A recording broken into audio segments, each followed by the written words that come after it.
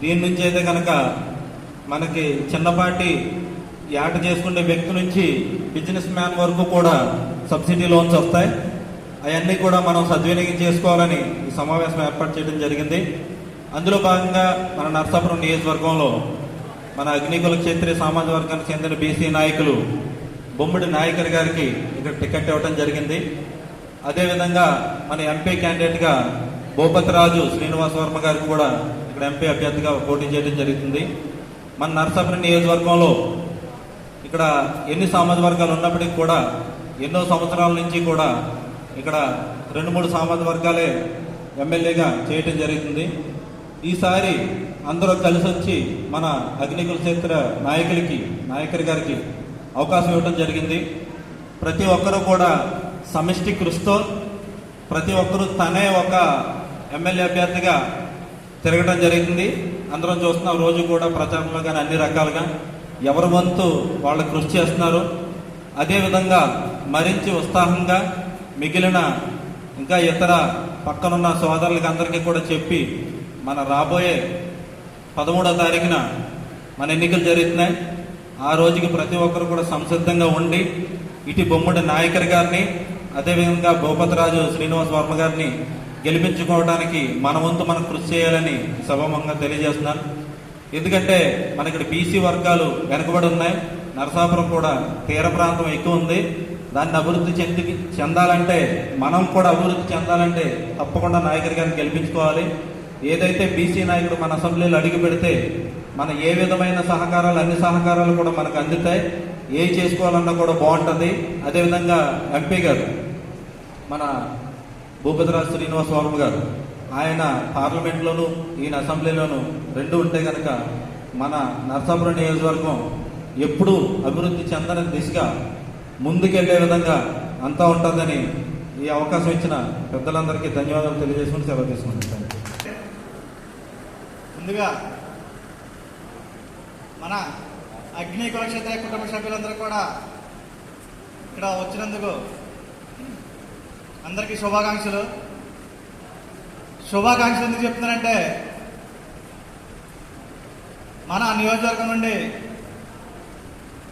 ఎప్పుడు కూడా అసెంబ్లీకి వెళ్ళే వ్యక్తి లేరు. మనకి అసెంబ్లీకి వెళ్ళే అవకాశం వచ్చినందుకు ఈ యొక్క ఆత్మీయ సమావేశం ఏర్పరిచినందుకు అందరికీ చెప్తున్నాను. మన నాయకుడు అసెంబ్లీకి వెళ్ళే విధంగా అందరూ కూడా కృషి చేయాలని కోరుకుంటున్నాను. అదేవిధంగా సార్ వచ్చారు. ఈ అవకాశం అందరికీ ధన్యవాదాలు.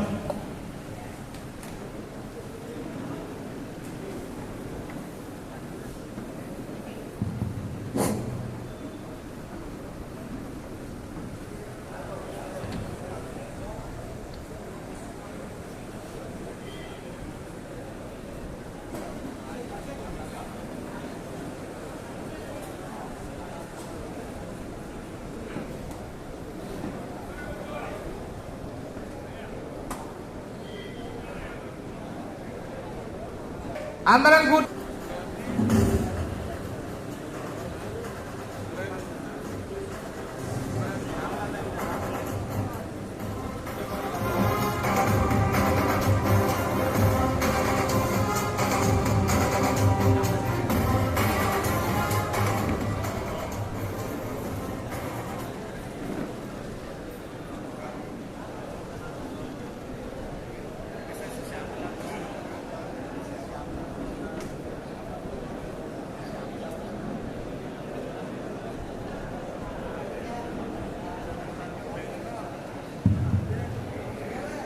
అందరం కూర్చుందాం.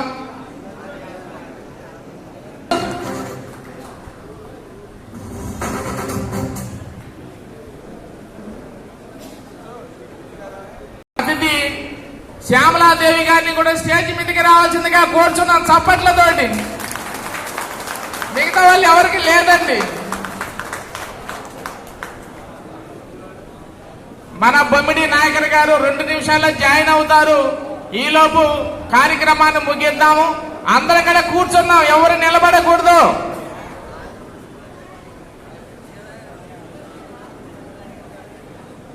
కృష్ణరాజు గారి యొక్క సతీమణి మేడం గారు కూడా స్టేజ్ మీదకి రావాల్సిందిగా కోరుచున్నాం.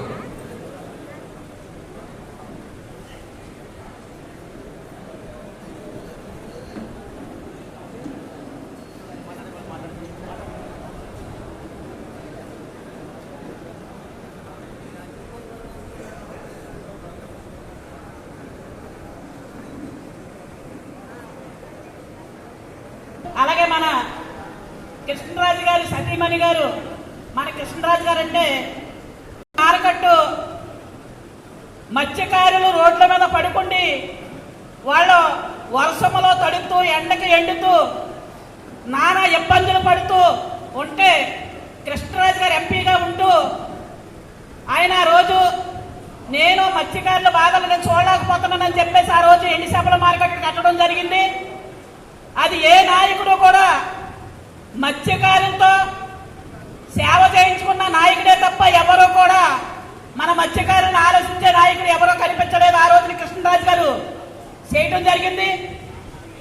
అదే రూపంలో మళ్ళీ మన సతీమణి గారు కూడా మన దగ్గర మన ముందుకు రావడం జరిగింది. చాలా ఆనందంగా ఉంది ఈరోజు. అలాగే బొమ్మడి నాయకుడి గారిని కూడా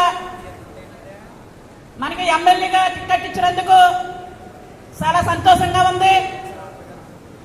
ఈవేళ చాలా ఆనందపడుతున్నాం. ఇంకొకటి ఏంటంటే మన మత్స్యకారి సొసైటీలకి ఇన్ని సంవత్సరాల నుంచి కూడా ఏ ఒక్క రూపాయి కూడా మన మత్స్యకారులకు వచ్చే సొసైటీలన్నీ సొమ్ము కూడా ఈ నియోజకవర్గం ఎమ్మెల్యే గారు మురుగునూరు ప్రసాదరాజు గారు అలాగే జగన్మోహన్ రెడ్డి గారు మన సొమ్మంతా దోసుకుండి నరసాపురం ముందు పట్టు వచ్చి మీటింగ్ పెట్టి మత్స్యకారి సొసైటీలకి ఇది మత్స్యకారి సొసైటీలకు వచ్చిన సొమ్మని 7 కోట్ల చెక్కు తేజీ మీద ఇవ్వడం జరిగింది మన అండరాజు సల్లారావు గారు.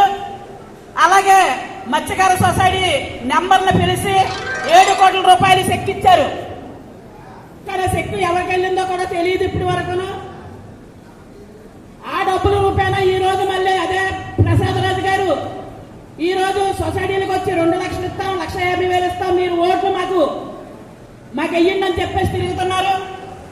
ఇక్కడ సొసైటీ ప్రెసిడెంట్లు ఎలక్షన్ ఇవ్వడం కాదు, సొసైటీకి వచ్చి 10 లక్షలు ఇచ్చిన దండగే ఆ డబ్బు మనకు కట్టుకొచ్చిస్తున్నారు. మన డబ్బు మనం తీసుకుంటాం, దానికే మేమేం బాధపడతలేదు. ఓటు మట్టికి మన మత్స్యకారి సొసైటీ వాళ్ళందరూ కూడా మన మత్స్యకారులందరూ కూడా బొమ్మడి నాయకుడి గారిని మెజార్టీతో నెక్కించి అలాగే మత్స్యశాఖ మినిస్టర్ గా చేస్తారని చెప్పేసి మీ అందరినీ నేను కోరుకుంటున్నాను. అలాగే మన ఎంపీ గారు శ్రీనివాస్ వర్మ గారిని కూడా ఫుల్ మెజార్టీతో నెక్కించి ఆయన కూడా ఢిల్లీలో మినిస్టర్ గా చూస్తామని చేయాలని చెప్పేసి నేను అందరినీ కోరుకుంటున్నాను. వీళ్ళిద్దరూ కూడా మన నియోజకవర్గంలో ఎంపీగా అలాగే మన నియోజకవర్గంలో మన బొమ్మడి నాయకుడి గారు ఎమ్మెల్యేగా మినిస్టర్ గా ఉంటే మన మత్స్యకారుల బాధలన్నీ కూడా తీరుతాయని చెప్పేసి నేను ఆశిస్తున్నాను. ఈ రోజు మనం చూసుకుందాం, బియ్యపు తప్ప ఆలబారు వచ్చిందనంటే మనకి సమాధానం లేదు. అది బిల్లు చేసుకున్నారు. అలాగే చిన్నలంకలో ఏదో చేస్తున్నామని చెప్పేసి అడవిడి చేసి అది కూడా ఏం చేశారో ఆ సొమ్ము ఎవరికి వెళ్ళిందో కూడా తెలియట్లేదు. అది ఎంపీ గారు శ్రీనివాస్ వర్మ గారు అలాగే మన సతీమణి మన మాజీ ఎంపీ గారి భార్య సతీమణి గారు కూడా దాన్ని ఒకసారి గమనించాలి. మమ్మల్ని మన కింద ఏరియా వాళ్ళు మాకు చదువు అంటే లేదు కానీ మాకు జ్ఞానం ఉందండి.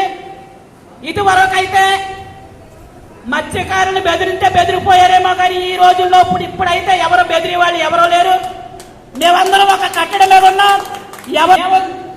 5 నెలల నుంచి కూడా మేము చాలా కట్టడగా తిరుగుతూ మత్స్యకారులు కానీ ప్రతి కుటుంబాన్ని మేము తట్టా వెళ్ళి ప్రతి కుటుంబంలోనూ కూడా ప్రతి నాయకుడు కూడా వైసీపీ నాయకులు కూడా ఒకే మాట చెప్తున్నారు, ఇప్పుడు జరిగిన అన్యాయం ఇంకొకసారి మేము తెచ్చుకోము. ఈసారి మేము బొమ్మడి నాయకుడి గారికి అలాగే శ్రీనివాస్ వర్మ గారి ఎంపీ గారికి మేము ఓటేస్తాకు సిద్ధంగా ఉన్నామని చెప్పేసి ప్రతి నాయకుడు చెప్తున్నారు. అందుకని మీరందరూ కూడా ఒకసారి గమనించి మనం ఎంపీ గారిని అలాగే మన ఈయన బొమ్మడి నాయకుడి గారిని కూడా మనం నెగ్గించుకుంటే ఈ రోజు మనకి ఏ బాధ లేకుండా మన సమస్యలన్నీ తీరుతాయని చెప్పేసి మేము కోరుకుంటూ, ఇంకొకటి ఏంటంటే ఓటులో అడిగేటప్పుడు బీజేపీ కొంతమంది తెలియని వాళ్ళు ఒక మాట చెప్తున్నారు, ఓటులు కాదు